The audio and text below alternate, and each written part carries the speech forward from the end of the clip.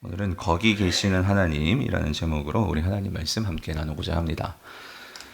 가을 특세 때부터 저희는 성도님들과 이 여호와 앞에 뜻을 정하여라는 주제로 다니엘서를 우리가 살펴보고 있는데요. 오늘과 다음 시간 한 번 더까지 해서 다니엘서 7장까지 말씀 나눔으로 이 다니엘서 강의는 이제 마치고자 합니다. 그런데 이제 오늘 우리가 읽은 이 다니엘서 6장은 너무나 유명한 다니엘서에서 나오는 한 스토리죠. 그래서 아마 어릴 적에 교회를 다니신 분들이라면 누구나 한 번쯤은 들었을 법한 이 사자굴 속의 다니엘 그 이야기가 오늘 본문의 중요한 사건입니다. 그래서 다니엘을 모함하는 이 다른 총독들이 어떻게 하면 이 다니엘을 죽일 수 있을까 그렇게 모함을 하고 음모를 꾸며가지고 결국은 사자굴에 그를 넣게 됐는데 하나님께서 천사를 보내셔서 사자의 입을 다 막으시고 이 기도의 사람 다니엘을 구원해 주신 이야기. 그래서 이 이야기는 참 듣고 들어도 참 성도들에게는 큰 위로가 되고 또 매력적인 그런 이야기가 이 사자굴 속의 다니엘 이야기가 아닌가 그런 생각을 합니다. 그런데 성도님들 이 이야기를 오늘 저와 여러분의 실제 삶 속에 적용한다면 정말 우리가 이 사자굴 속에 들어간다면 오늘날 우리가 살아남을 수 있을까요? 울며 삼킬 자를 찾고 있는 그런 사자 앞에서 모든 성도들이 다니엘처럼 하루 꼬박 습관처럼 3번씩만 기도하면 정말 모두가 다 살아남을 수 있을까요? 만약에 그렇다면 우리가 신약시대 특별히 이 로마의 네로 박해 시대 때 이 우리의 초대교회 성도들이 이 콜로세움에서 이 사자들 앞에서 그럼 그들도 거기서 살아남아야 하지 않았을까 하는 생각을 그렇게 살짝 해봤는데요, 성도님들. 그래서 여러분 오늘 본문이 우리에게 말하고자 하는 이 메시지는 단지 크리스찬들의 어떤 성공담, 승리의 그 이야기를 말해주려는 것일까? 도대체 본문이 우리에게 정말로 말씀해 주시고자 하는 이 본문의 관심사, 하나님의 마음은 무엇일까 하는 것이 제가 이번 설교를 준비하면서 계속해서 고민하고 질문했던 그 내용입니다. 과연 오늘 본문을 통해서 지금 우리 성도님들 가운데 꼭 사자굴은 아니라 할지라도 정말 사자굴 같은 그런 상황 속에서 정말 두려움과 절망과 그런 실망과 실패 속에서 살아가는 성도들이 있는데 오늘 이 본문 사자굴을 앞두고 있는 이 다니엘의 이야기는 과연 우리에게 무엇을 말씀해 주시는 것일까? 그래서 오늘 이것을 저와 여러분들과 좀 함께 말씀을 통해 살펴보고자 합니다. 자, 오늘 먼저 우리 1절과 2절을 우리 다시 한번 같이 한번 읽어보겠습니다. 같이 보겠습니다. 시작. 다리오가 자기의 뜻대로 고관 120명을 세워 전국을 통치하게 하고 또 그들 위에 총리 셋을 두었으니 다니엘이 그 중에 하나이라예요. 자, 여기에 이제 다리오가 나오는데 다리오는 왕이죠. 페르시아의 왕입니다. 우리가 두 주 전에 살펴보았는데 두 주 전에 다니엘 5장에서 이 벨사살 왕이 이 메네메네 데겔 우바르신이라는 하나님의 이 심판의 메시지를 받고 결국 그는 그날 밤에 죽죠. 그러면서 역사 속에서 이 바벨론이라는 거대한 제국이 망하게 됩니다. 망하고 다시 들어서게 된 제국이 메대와 바사. 우리 세계사 속에서는 이 페르시아. 이 새로운 제국이 시작이 된 거죠. 그런데 그 페르시아 제국의 왕이 지금 누구요? 다리오라는 거예요. 그러니까 왕이 바뀌었고 시대가 바뀌었고 그 상황인 거죠. 그런데 이 다리오 왕이 지금 이 다니엘을요 총리로 등용한 거예요. 자, 근데 여러분 지금 이 다니엘이 이제 나이가 한 몇 세쯤 되었을까? 다니엘의 지금의 나이는 80세 중후반에서 90세 정도의 노인이죠. 할아버지입니다. 어떻게 보면 이제 은퇴를 하고 이제 좀 편안하게 한적한 곳에서 노후를 좀 보낼 수 있지 않겠습니까? 그런데 새로운 제국이 들어서면서 새로운 왕을 만나서 다니엘은 또다시 총리로서 지금 사역을 하게 되었다라는 거예요. 성도님들, 이것은 무엇을 우리에게 말해주는 것일까요? 그것은 하나님 손에 붙들림 당하는 자, 하나님께서 그 손에 사용하는 자. 그는 하나님의 일을 함에 있어서 사실 나이는 아무런 장벽이 되지 않는다는 거예요. 또 뿐만 아니라 하나님 손에 붙들림을 당해서 하나님께 쓰임을 받는 자는 상황과 형편이 어떤 쪽으로 바뀐다 할지라도 사실 그것이 아무런 문제가 되지 않는 것을 오늘 본문은 우리에게 분명하게 말씀해 주는 것입니다. 그러므로 사랑하는 성도님들, 성도에게 있어서 문제는요, 나이가 아니고요, 또 어떤 상황이나 형편도 아니고요, 성도에게 있어서 가장 중요한 문제는 하나님이 내 인생에 함께 하시느냐 하시지 않느냐, 그것이 가장 중요한 것임을 우리는 기억해야 할 줄 믿습니다. 그래서 오늘 이 점에서 다니엘이 그것을 분명하게 말씀해 주는 거예요. 그의 나이와 환경에 상관없이 다니엘은 여전히 세상 속에서 영향력을 끼치고 있는 하나님의 사람이다 하는 것을 오늘 본문은 우리에게 말씀해 주고 있습니다. 그래서 여러분 3절을 보면 왜 다니엘이 그렇게 변함없이 세상에서 하나님 손에 붙들림을 당하며 영향력을 발하는 삶을 살 수 있었을까? 그 이유를 우리에게 말해 주는데요. 3절을 같이 읽어보겠습니다. 시작. 다니엘은 마음이 민첩하여 총리들과 고관들 위에 뛰어남으로 왕이 그를 세워 전국을 다스리게 하고자 한지라예요. 페르시아는 120도, 한 120명의 관리들이 있어요. 그러니까 뭐 우리나라 말하면 도지사쯤 될 거예요. 그런데 그 도지사들을 관리하는 것이 총리였는데 3명의 총리가 있었습니다. 근데 그 3명의 총리 가운데서도 이 다리오라는 왕이 마음에 든 총리가 있었어요. 그게 누구냐면 다니엘이라는 거예요. 그래서 다니엘을 그 총리들도 이제 관리하는 그런 왕 다음에 이 관직 총리를 누구를 세웠냐면 다니엘을 세운 거죠. 근데 왜 그 다니엘을 세우냐 하면은 오늘 성경은 우리에게 그 이유를 이렇게 말을 합니다. 왜죠? 마음이 민첩하다는 거예요. 마음이 민첩하다. 이게 무슨 의미일까? 여기서 여러분, 마음은요, 히브리어로 보면 이게 루하흐라는 단어예요. 이 루하흐는 흔히 구약에서는 영, 이렇게 번역이 되는 단어이죠. 그리고 민첩하다라는 이것은 형용사인데 본래는 야티르라는 형용사인데 이 의미는 비범한, 탁월한 이런 소리예요. 그러니까 다시 말하면 이 다니엘은요, 비범한 영을 가지고 있었다는 거예요. 탁월한 영을 가지고 있었다는 거죠. 성도님들, 우리는 다 영혼을 갖고 있는데 영혼 가운데서도 탁월한 영, 비범한 영, 여러분 그것은 무엇일까요? 하나님의 영입니다. 즉 다시 말하면 다니엘은 하나님의 영을 가지고 있는 자였다라는 거예요. 그런데 이 하나님의 영, 거룩한 영, 이것은 무엇일까요? 바로 성령이죠. 다윗은 구약시대부터 성령이 함께했던 자, 그 하나님과 동행했던 자, 그 성령의 인도함을 받는 자, 그게 다니엘이었다라는 거예요. 다니엘은 자신의 힘으로, 자신의 능력으로 자신의 일을 행하는, 혼자서 그렇게 하는 자가 아니고, 다니엘은 모든 일을 함에 있어서도 총리들도 자신의 이성과 지성과 자신의 노력으로 했을 거예요. 그런데 다른 총리들과 다른 것은 물론 다니엘도 최선을 다해서 자기가 가지고 있는 이 이성과 자신이 가지고 있는 이 정신과 이것을 가지고 열심히 일을 했겠죠. 근데 그것만 가지고 하는 게 아니고 거기에다가 무엇이 더 있었다고요? 성령이 있었다는 거죠. 민첩하게 하고 탁월하게 만드는 그 성령을 따라서 그 성령과 함께 하심으로 그 성령이 인도하시는 대로 다니엘은 그렇게 자기가 맡은 일에서도 했다라는 거예요. 기도할 때만 성령이 아니고 성경을 볼 때만 성경이 아니고 오늘 자기가 일을 하는 그 상황 속에서도 다니엘은 성령을 의지하며 성령의 함께 하심을 받고 성령이 이끄시는 그 은혜의 힘을 가지고 다니엘은 일을 했다라는 거예요. 그럴 때 그 하나님을 모르는 다리오 왕 눈에도 그것이 어떻게 해요? 보였다는 거죠. 다른 총리들과는 다른 모습으로 보였다는 거죠. 즉 다니엘은 그 은혜의 힘이 있기 때문에 나이, 상황, 형편 그것과 상관없이 오히려 그것이 힘든 상황이고 일이라 할지라도 그것을 견뎌내며 이겨내는 모습들이 보였다라는 거죠.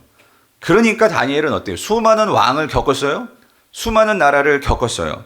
그런 상황에서도 흔들림이 없이 다니엘은 지금 하나님이 그에게 맡기신 사명을 감당하고 있다는 거예요. 성도님들, 하나님이 그에게 맡기시는 사명이 무엇일까요? 그것은 다스림이라는 사명이라는 거예요. 다스림이요. 그 다음 슬라이드 다시 한번 보여주세요. 3절을 보면 제가 색칠을 해놨어요. 여러분, 다리오가 이 다니엘에게 모든 페르시아를, 전국을 어떻게 하고자 한다고요? 다스리게 하고자 한지라. 사랑하는 성도님들, 여기서 물론 다리오가 맡기는 거지만 오늘 다니엘서 전체가 우리에게 보여주는 것은 이 모든 역사와 왕들을 주관하시는 이는 누구시라는 거예요? 하나님이시라는 거예요. 하나님께서 이 모든 것을 배후에서 역사하시면서 다니엘에게 지금 무엇을 맡기시느냐? 다스리는 사명을 맡기신다라는 거예요. 자, 근데 여러분, 하나님이 본래 인간을 만드실 때에 하나님의 형상으로 만드셨습니다. 우리에게 하나님의 형상으로 만드시고 하나님께서 우리에게 맡기신 사명이 있는데 여러분, 그것이 무엇일까요? 그것은 다스림이라는 거예요. 여러분, 창세기 1장 26절을 보세요. 하나님께서 이렇게 말씀하세요. 하나님이 이르시되 우리의 형상을 따라 우리의 모양대로 우리가 사람을 만들고 그들로 바다의 물고기와 하늘의 새와 가축과 온 땅과 땅에 기는 모든 것을 어떻게 해요? 다스리게 하자 하시고예요. 예. 성도님들, 인간이 다른 피조물과 다른 그 유일한 이유는 무엇입니까? 하나님의 형상으로 만들어졌다는 거예요.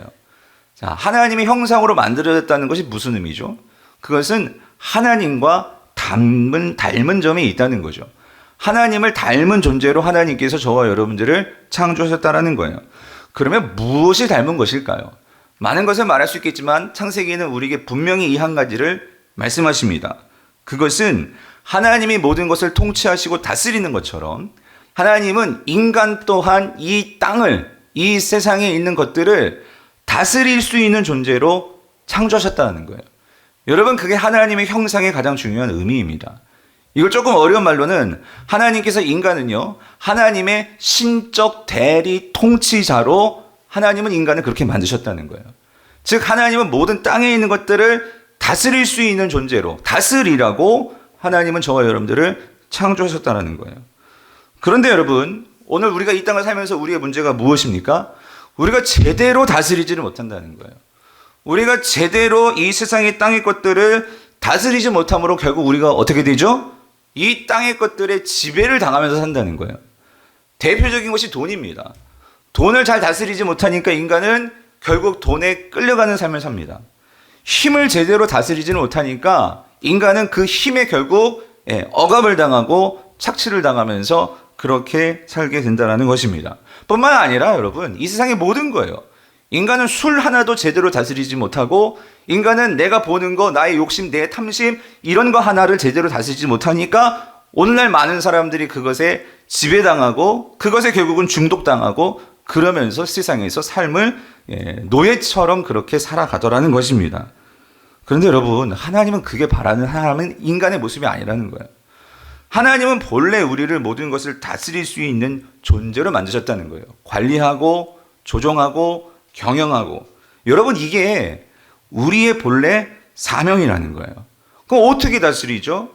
하나님은 하나님의 형품을 따라, 하나님의 뜻을 따라 이 세상을 다스리게 하신다는 거예요. 그렇다면 여러분, 하나님이 원하시는 그 다스림의 모습은 무엇일까요? 그것은 사랑이라는 거예요. 사랑. 사랑으로 이 세상을 다스리기를 원하신다는 거예요. 사랑으로 이 세상을 다스릴 뿐만 아니라 하나님은 서로 연합하여서 서로 너와 내가 하나 되는 공동체를 하나님은 원하신다는 거예요. 그런데 인간은 어때요? 사랑이 아닌 힘으로 다스리려고 했어요.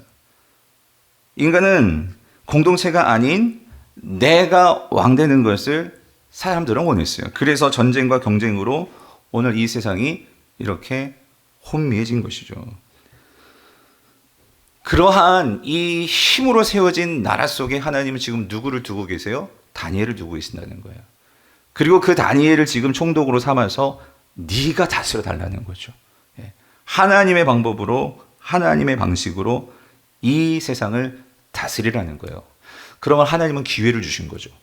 오늘 이 다니엘에게 세상으로 방식으로 다스려지는 이 페르시아에서 하나님의 방식으로 이 세상을 다스리라고 그렇게 기회를 주신 거예요. 그래서 여러분, 다니엘은 어떻게 다스렸죠? 다니엘은 이 세상의 방식으로 그렇게 다스리지 않았어요.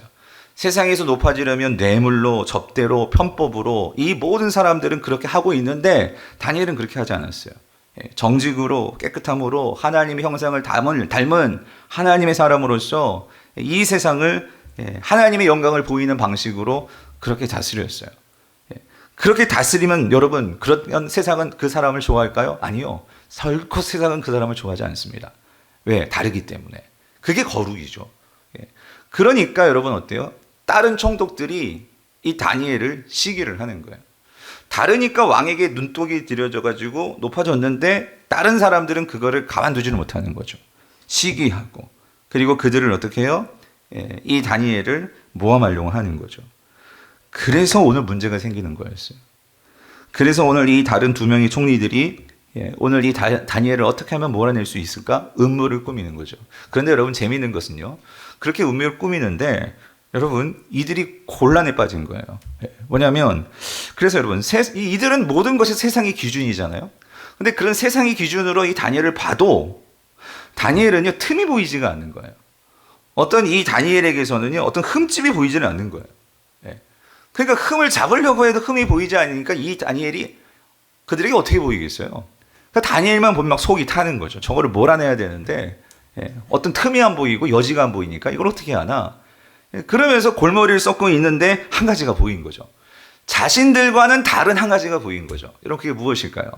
자신들은 하나님을 믿지 않는데 이 다니엘은 누구를 믿어요? 하나님을 믿는 거예요.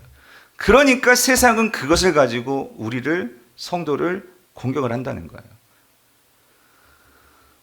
그래서 여러분 이들이 옳거니 하고 다니엘을 무너뜨릴 방법을 찾은 거예요. 여러분 그게 뭐예요? 7절 8절이에요. 7절 8절 나라의 모든 총리와 지사와 총독과 법관과 간원이 의논하고 왕에게 한 법률을 세우며 한 금령을 정하실 것을 구하나이다. 왕이여 그것은 곧 이제부터 30일 동안에 누구든지 왕 외에 어떤 신에게나 사람에게 무엇을 구하면 다시 말하면 기도하면 사자굴에 던져 넣기로 한 것이니이다. 8절 그런즉 왕이여 원하건대 금령을 세우시고 그 조서에 왕의 도장을 찍어 메대와 바사에 고치지 아니하는 규례를 따라 그것을 다시 고치지 못하게 하옵소서 하매라고 다리오 왕의 이 오만함을 이렇게 발동시켜가지고 결국 이 금령은 누구 죽이려는 거예요? 다니엘 죽이려는 거죠. 다리오는 그냥 거기 넘어간 거예요. 자기를 높여준다라고 생각하고 옳거니 하니 좋거니 하고 그냥 거기다 뭘 찍었냐면 도장을 찍은 거예요. 왕의 도장. 근데 여러분 이 페르시아의 법은 왕이 일단 도장을 찍으면 그 도장을 찍는 순간 왕도 그 법을 그러니까 변경을 하지 못하는 거예요. 그게 페르시아의 법이었는데 결국 그렇게 도장을 찍었어요. 그래서 법의 내용은 뭐냐면 그러니까 왕을 거의 신격화하는 거죠. 왕에게 구하고 기도하는 것은 오케이. 그렇지만 어떤 신에게도 그러니까 어떤 다른 신에게도 기도를 하면 안 된다. 근데 며칠 동안? 30일 동안. 30일 동안은 그렇게 해야 한다는 거죠. 이것도 웃겨요. 왜 30일이야? 그 뭐 계속 그렇게 하든가. 근데 아무튼 이 금령이 내려진 거예요. 자, 근데 여러분 이 다니엘이 이 금령을 알았죠. 알았습니다. 당연히 알겠죠. 총리인데 모르겠어요. 그런데 이것으로 인해서 다니엘의 인생에는 일생일대의 최고의 위기가 찾아온 거죠. 자, 이 위기요. 30일 동안 기도하지 말라는 이 위기요. 모르겠어요. 기도하지 않는 사람들이 이게 무슨 위기겠어요. 그런데 다니엘에게는 이게 위기였다는 거죠. 어떻게 했을까? 여러분 어떻게 했죠? 10절이요. 10절 같이 읽어볼게요. 시작. 다니엘이 이 조서에 왕의 도장이 찍힌 것을 이거요. 알고도예요. 찍힌 것을 알고도 자기 집에 돌아가서는 윗방에 올라가 예루살렘을 향한 창문을 어떻게 해요? 여러분 이 상황은 창문을 열 상황이에요? 아무 기도를 하려면 기도를 해야겠다 하면 어떻게 돼요?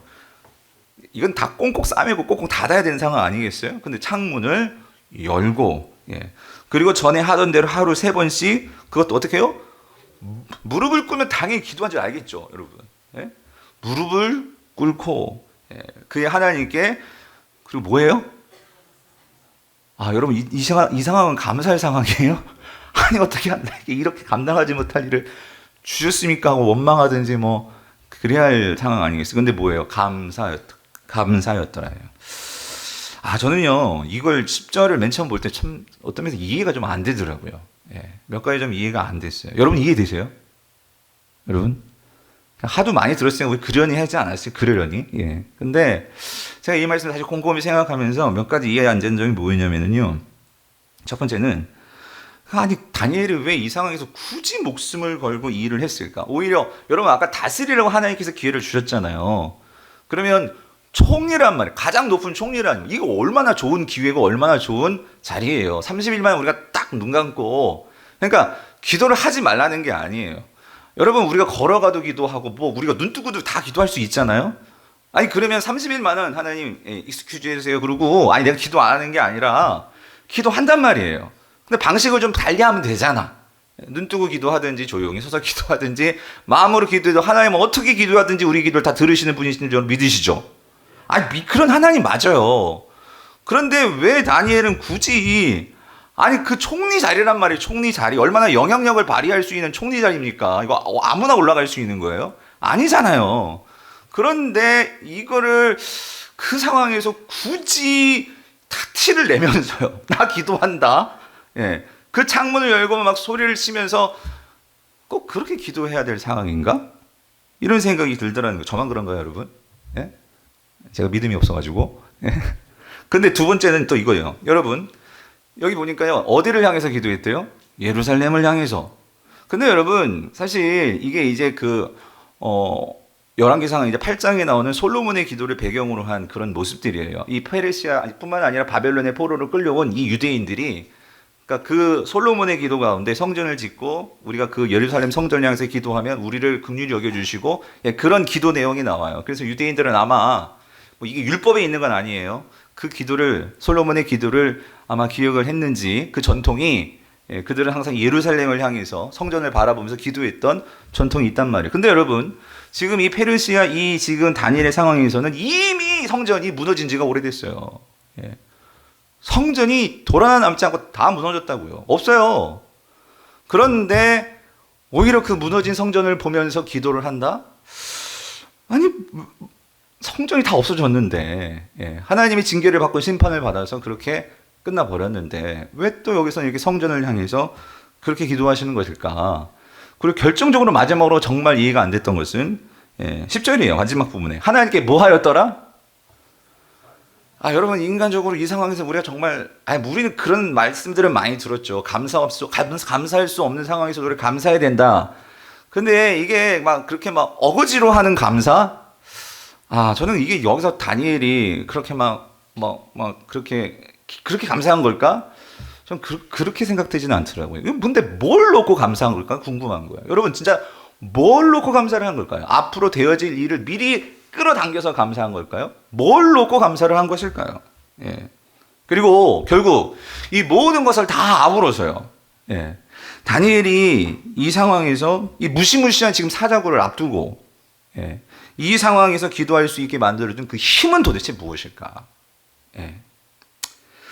이것들을 가지고 계속해서 이제 묵상하면서 질문하면서 설교 준비를 하는데, 한 가지 분명하게 확실하게 제가 깨달은 건 그거예요. 뭐냐면, 여러분, 이 본문이요, 단지 우리에게 다니엘처럼 기도하는 습관을 가져야 된다. 하루에 3번씩 꼬박꼬박 그렇게 기도를 하면 사자굴을 두려워하지 않게 된다. 그래서 전에 하던 대로 3번씩. 그래서 우리에게 이 기도 습관이 정말 중요하다. 이거를 말해주는 것일까요, 여러분? 저는 그건 아닌 것 같아요. 저는. 물론 여러분, 기도의 습관이 나쁘다는 걸 지금 말하는 게 아니에요. 우리에게 이 다니엘 같이 이런 기도의 습관을 가지는 것은 분명히 우리가 하나님과의 관계에서 어떤 영적인 우리의 영성을 좋게 만들어주고 강하게 만들고 힘을 주는 유익한 것이 분명히 있어요. 근데 지금 이 상황적으로 볼 때 오늘 이 본문이 단지 우리에게 기도 습관을 가져라, 습관을 3번씩 꼭 기도해라, 시간을 정해도 기도해라, 지금 이거를 말하는 것은 아니라는 거죠. 그럼 오늘 이 상황에서 이 절대절명의 이 위기 앞에서 이 다니엘이 기도하기를 포기하지 않는, 그게 도대체 뭐냐는 거예요, 그게. 왜 이 상황에서 다니엘은 주저하지 않고, 아니, 자신의 정적들에게 자기가 기도하는 것이 다 발각될 것을 알면서도 왜 굳이 이렇게 기도를 하냐 말이에요, 이렇게. 여러분, 그것은요, 여러분 지금 이 상황은요, 다니엘에게 이 상황은요 어떤 상황일까요? 왜 그가 창문을 다 열고 그리고 그 예루살렘을 향해서 그것도 감사하면서 기도하는 지금 그 이유는 도대체 무엇일까요? 여러분 그것은요, 다니엘에게 있을 지금 이 상황은요, 지금 다니엘은 총리잖아요. 그리고 지금 이 상황은요, 자신이 믿고 있는 이 다니엘이 정말로 신뢰하고 있는 이 하나님이 이 가장 큰 그 당시 세상의 제국이라고 하는 이 페르시아의 중심에서 내가 믿고 있는 하나님이 진짜 하나님이요 참 하나님을 선포해야 하는 때가, 다니엘은 바로 이때임을 그는 그것을 확신했다라는 거예요. 모든 사람들이 다리오가 진짜 왕이고 다리오가 신이야 그렇게 선포하고 사자굴이라는 어마어마한 무시한 이 협박을 두고 모든 사람들이 거기에 절하게 만들고 그것에 순응하게 만드는 바로 이때에 다니엘이 만약에 여기에서 그 30일 동안 그냥 조용히 기도할 수 있어요, 여러분. 그렇게 해도 하나님 분명히 들으세요. 그런데 다니엘이 그 상황에서 자신이 창문을 열고 모든 사람에게 발각될 정도로 그렇게 기도하는 이유는 그것이 뭘까요? 페르시아 사람들뿐만 아니라 지금 이 페르시아, 아니 바벨론부터 포로로 끌려와가지고 지금까지 이렇게 하나님에 대해서 그 성전이 무너졌음을 놓고 신앙이 흔들리고 회의가 생기고 내가 과연 계속 신앙생활을 해야 될까? 믿음을 지켜야 될까? 두려움에 떨고 있는 그런 상황에 사자굴까지라니, 이런 상황에서 벌벌 떨고 있는 이 유대인들이요, 그들에게 이 다니엘조차도 만약에 그가 정말로 하나님 앞에 내가 믿는 하나님이 참 하나님인 것을 알고 있는데 거기에서 문 다 걸어 잠그고 그냥 나 살겠다고 그렇게 기도를 한다면 과연 그것이 다니엘에게는 이것이 하나님이 나에게 맡기신 다스림의 사명일까? 그는 아니었다는 거죠. 적어도 그건 아니었다는 거죠. 다니엘에게 지금 상황은 진정한 하나님을 선포할 수 있는 절호의 기회가 온 거죠. 그러기에 다니엘은 기도했다라는 거예요. 사랑하는 성도님들, 한번 보세요. 총리예요, 총리가. 우리나라도 총리가 다니면은 모든 기자와 모든 사람들의 눈총을 받습니다. 그런데 그 나라에서 다리오에게 총애를 받는 이 다니엘이 그 사자굴 앞에서도 기도하지 않았다. 이것은요, 전국적으로도 엄청난 메시지죠.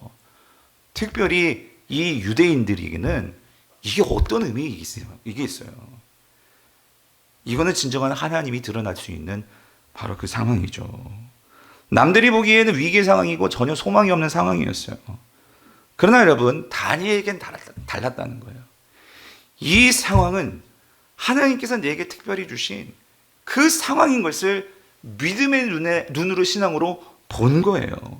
그래서 그는 이 상황에서 뭐 할 수 있는 거죠? 감사할 수 있는 거죠.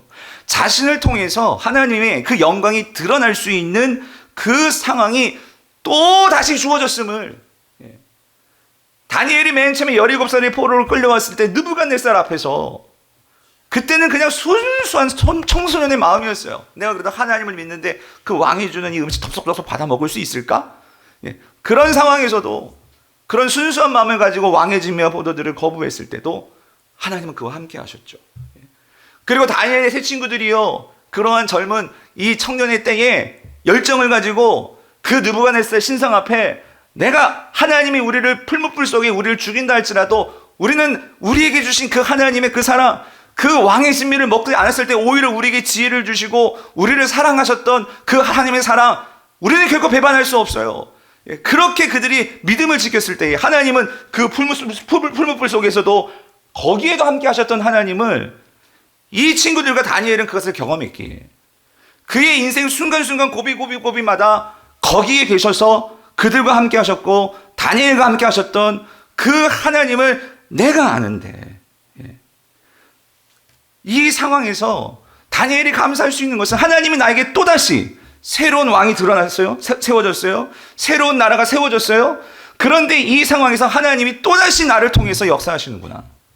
그거를 기대하였기에 뭐 하였더라? 하나님께 감사하였더라. 근데 여러분 사실 보세요.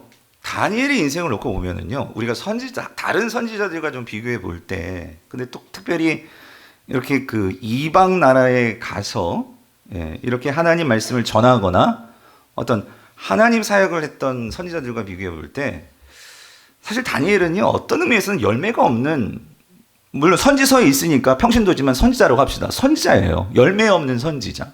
이게 무슨 말이냐면, 여러분 보세요. 요나 같은 선지자는요, 하나님 말씀에 순종하지 않고 막 어거지로 그 북이스라엘의 원수 같은 나라 아수르에게 갔어요. 아수르에게 들어가가지고 선포했죠. 이 니느웨 성 망한다 라고 억지로 그는 그렇게 선포했어요. 근데 어떤 일이 벌어졌어요? 어떤 일이 벌어졌죠?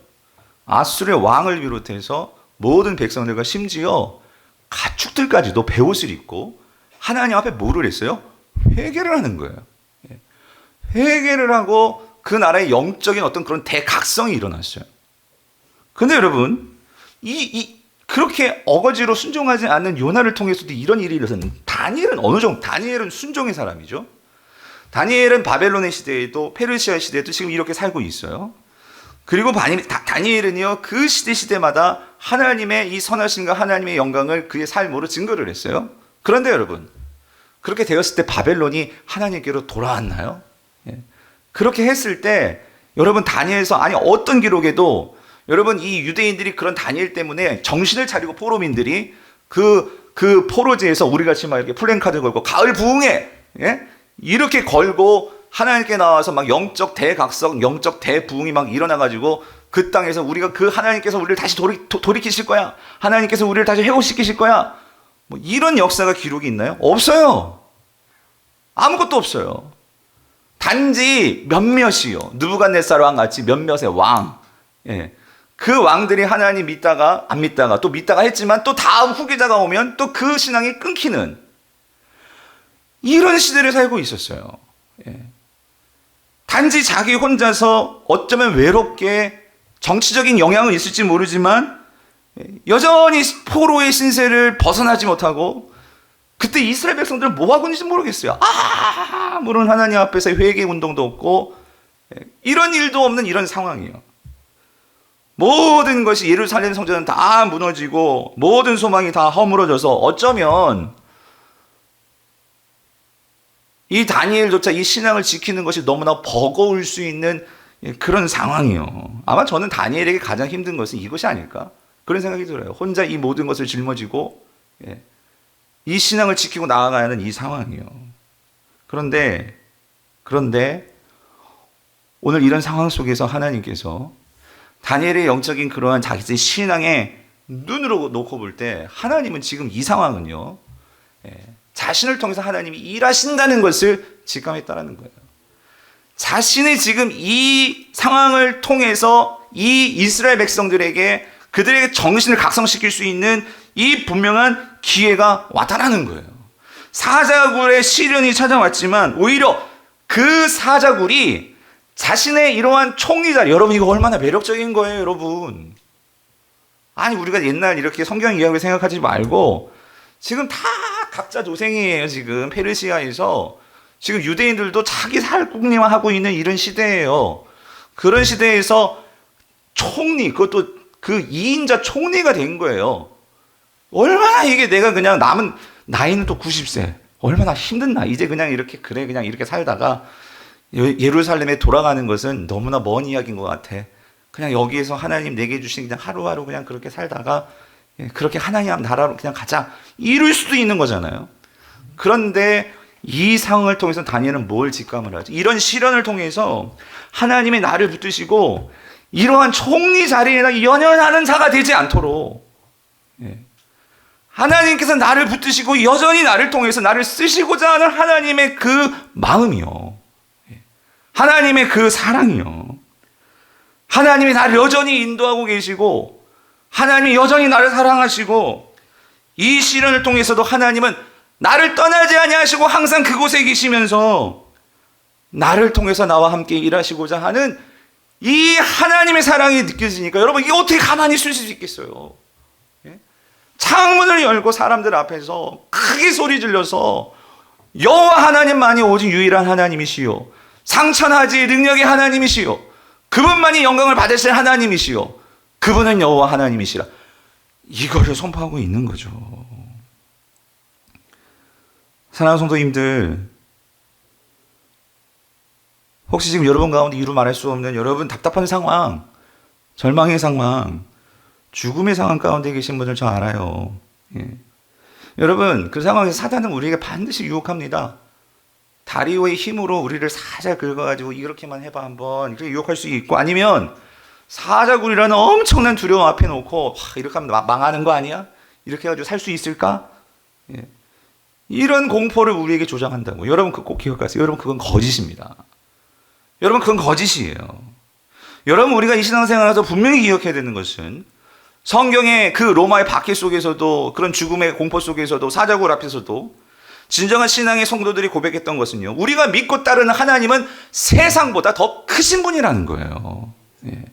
그래서 여러분 사도 요한도 그 많은 심한 박해 속에 있는 성도들에게 분명히 이렇게 선포하죠. 요한일서 4장 4절이요. 자녀들아, 너희는 하나님께 속하였고 또 그들을 세상을 이기었나니 이는 너희 안에 계신 이가 세상에 있는 자보다 어때요? 크심이라. 예. 너희 안에 계신 이가 세상에 있는 자보다 크심이라. 예. 여러분 성경은 우리에게 이걸 말해주고 있고, 이거를 믿었던 성도들은 세상을 이겨냈죠. 여러분 사도 바울은 매를 맞았어요. 돌을 맞고 유대인들에게 억울한 고소까지 당했어요. 강도의 위험을 당했어요. 죽음의 위험을 당했어요. 그런데도 그가 이 모든 것들을 넉넉히 이겨낼 수 있던 그 힘의 원동력이 뭐냐는 거예요. 그는 이렇게 고백합니다. 고린도후서 5장 13절 14절. 우리가 많이 미쳤어도, 사람들이 보면 다 이 바울이 미친 사람 같아. 뭐 결혼도 안 하고 막 그렇게 학벌도 좋아요. 집안 배경도 좋아요. 그런데 매번 세계를 돌아다니면서 예수 십자가 그 복음만 전하면서 그러고 있으니 미치지 않고는 저럴 수 있어? 그렇게 말을 해요. 그러나 뭐라? 우리가 만일 미쳤어도 누굴 위한 것이요? 하나님을 위한 것이요. 정신이 온전하여도 너희를 위한 것이니 14절이요. 그리스도의 사랑이 우리를 뭐 한다고요? 강권하시는도다. 그리스도의 사랑이 우리를 강권하시는도다. 다니엘이 여러분 미치지 않고서 여러분 이 상황에서 누가 창문 열고 기도하겠냐고요. 근데 뭐가요? 하나님의 사랑이 그를 강권하시도다. 90평생 지나도록 나를 버리지 아니하시고 나를 배반하지 아니하시고 항상 거기 계시며 나와 인도하시는 하나님, 내가 어떻게 그 하나님을 배반할 수 있냐고요. 그래서 총리 자리가 문제가 아니고 이 상황에서는 하나님을 위해서 그가 일어났다라는 거예요. 사랑하는 성도님들, 무엇이 사자굴을 두려워하지 않고 기도할 수 있게 만드는 것일까요? 여러분 그것은 그리스도의 사랑입니다. 무엇이 여러분의 절망과 두려움과 아픔을 극복할 수 있게 만드는 것일까요? 그것은 예수 그리스도께서 십자가에서 보여주신 사랑입니다. 그러므로 사도 바울은 갈라디아서 2장 20절에서 그렇게 고백하는 거예요. 내가 그리스도와 함께 십자가에 못 박혔나니 그런즉 이제는 내가 사는 것이 아니요 오직 내 안에 그리스도께서 사시는 것이라. 이제 내가 육체 가운데 사는 것은, 세상 속에서 사는 것은 나를 사랑하사 나를 위하여 자기를 버리신 하나님의 아들을 믿는 믿음 안에서 사는 것이라. 사랑하는 성도님들, 저도 죄 많고요. 우리는 이 죄의 유혹이 항상 우리 가운데 끊이지 않고 있어요. 그런데 여러분, 우리는 얼마나 이 죄를 사랑하는지 몰라요. 그런데 우리가 어떻게 내 안에서 죄를 사랑함이 있는데 무엇이 이 죄를 이기게 만들 수 있는 것일까? 율법이요? 아니요. 나의 어떤 의지요? 아니요. 뭐가 이 죄를 이길 수 있게 만들어 주시는 것일까요? 그것은 단 한 가지예요. 여러분 안에서 하나님을 향한 사랑이 커질 때에만 그 사랑이 죄를 이길 수 있게 만들어 준다라는 거예요. 어쩌면 또 이런 설교에 이런 생각하고 계시는 분도 있을지 모르겠어요. 목사님, 세상에 들어와서 한번 살아보세요. 한번 회사에서 그 불신 사회 속에서 한번 살아보세요. 네? 홀로 신앙을 지키며 사는 것이 얼마나 어려운 줄 아세요? 아니, 그렇게 나 혼자 독불장군처럼 신앙을 지킨다고 회사가 바뀔까요? 나라가 바뀔까요? 이 불의한 문화에 대항하면서 사는 것이 과연 무슨 변화를 줄 수 있을까요? 아마 이렇게 생각하시는 분이 계실지도 모르겠어요. 그런데 여러분, 저는 그런 경험이 없습니다. 맞아요. 여러분들이 더 그런 경험들 많이 하셨어요. 근데 저는 믿는 것이 있어요. 그리고 오늘 다니엘을 통해서 분명히 확신을 해요. 다니엘은 여러분과 똑같이 아니면 여러분들보다 더 심한 그 불신사회 한복판에 서 있었다는 것을 여러분 기억하시기를 바랍니다. 그 불신사회 속에서도 어쩌면 다니엘도 이런 고민할 수 있어요. 여러분, 지금 그 하나님 믿었던 그 유대 백성들도 지금 이런 상황에서 다니엘을 위해서 우리가 함께 기도합시다. 이런 거 아무도 없어요. 나 혼자만이에요. 나 혼자만 이 상황 속에서 이것을 어떻게 대처해야 되느냐. 그 다니엘도 유혹을 똑같이 받았어요. 내가 이런다고 과연 무슨 일이 일어날 수 있을까? 나 혼자 이런다고 괜히 이렇게 사자굴에 들어가서 그냥 죽는 거 아니야? 그야말로 사자밥 때는 죄송합니다. 개 죽음 되는 거 아니야? 이런 유혹이 왜 없겠었어요? 있었겠죠.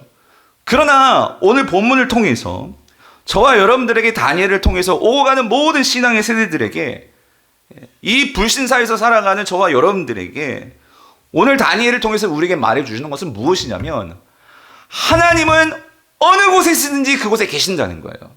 그러므로 그것을 믿고 따라가고 순종하는 자들 반드시 하나님은 그들과 함께 하신다는 거예요. 오늘 다니엘은 그것을 우리에게 보여준다는 거예요. 하나님이 그곳에 계신다면, 아니 그곳이 사자굴일지라도 하나님이 거기 계신다면 여러분 그 다음 일은 내가 계산할 일이 아니에요. 우리가 그 사자굴 속에서 덜려 떠는 것은 우리는 계산을 하는 거예요. 그 다음에 어떻게 될까?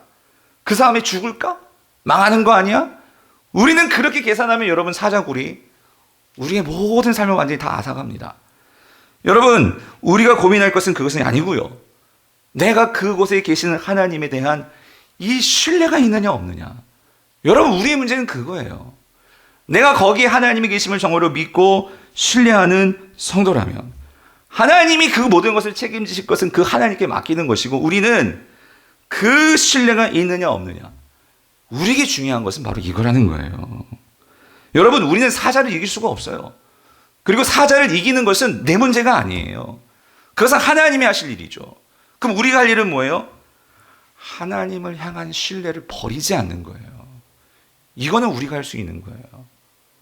어떤 상황이든지 어떤 형편이든지 이 하나님을 향한 신뢰를 내가 버리느냐 붙드느냐, 그거는 저와 여러분이 하실 수 있는 일이에요. 여러분, 우리 장로님 아멘 하셨는데 사자굴 속 들어가실 수 있으시겠어요?